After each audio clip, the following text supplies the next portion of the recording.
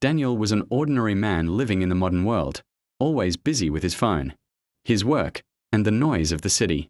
One stormy night, he took shelter inside an old library.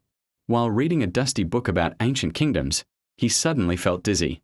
In a flash of light, he collapsed. When he opened his eyes, Daniel found himself standing in a grand courtyard. Huge stone walls surrounded him. Banners fluttered in the wind, and soldiers in shining armor marched past. He realized, with shock, that he had traveled back in time, 1,000 years into the age of kings and queens. Before he could understand what was happening, chaos erupted. A group of riders rushed into the courtyard, shouting that enemy armies were approaching. The people were terrified. In the middle of the turmoil appeared the queen, a graceful young woman dressed in royal robes. Her eyes filled with worry. She was the ruler of this land, but her kingdom was under siege. The queen's advisors argued among themselves, with no plan strong enough to protect the castle. Daniel, though confused, stepped forward. "I can help," he said boldly. At first, the guards laughed at him. How could a stranger in strange clothes save a kingdom? But the queen, seeing something determined in his eyes, allowed him a chance. Daniel remembered the knowledge of his own time. He knew about strategy, discipline, and simple scientific tricks that these people had never seen. He taught the soldiers how to build stronger defenses using mud, wood, and stone in clever designs.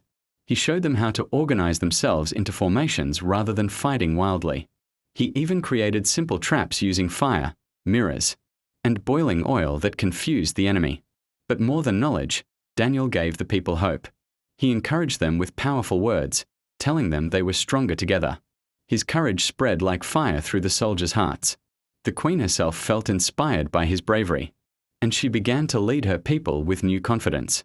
When the enemy finally attacked, the kingdom was ready. Daniel's strategies worked perfectly. The soldiers fought with unity. The traps slowed down the invaders, and the queen stood tall among her people. By the end of the battle, the enemy fled in defeat. The castle and the kingdom were saved. That night, the queen thanked Daniel in front of the entire court. "You are not just a stranger," she said. "You are the guardian of this kingdom." Daniel bowed, humbled. Though he knew he could never stay in this world forever, he realized something important. True strength is not in weapons or power, but in courage, wisdom, and the will to help others. Soon after, the same mysterious light surrounded him, pulling him back to his own time. He opened his eyes again in the old library, the book still open in front of him. For a moment, he wondered if it was just a dream, but deep in his heart, he carried the memory of a queen, a kingdom, and the day he became their savior.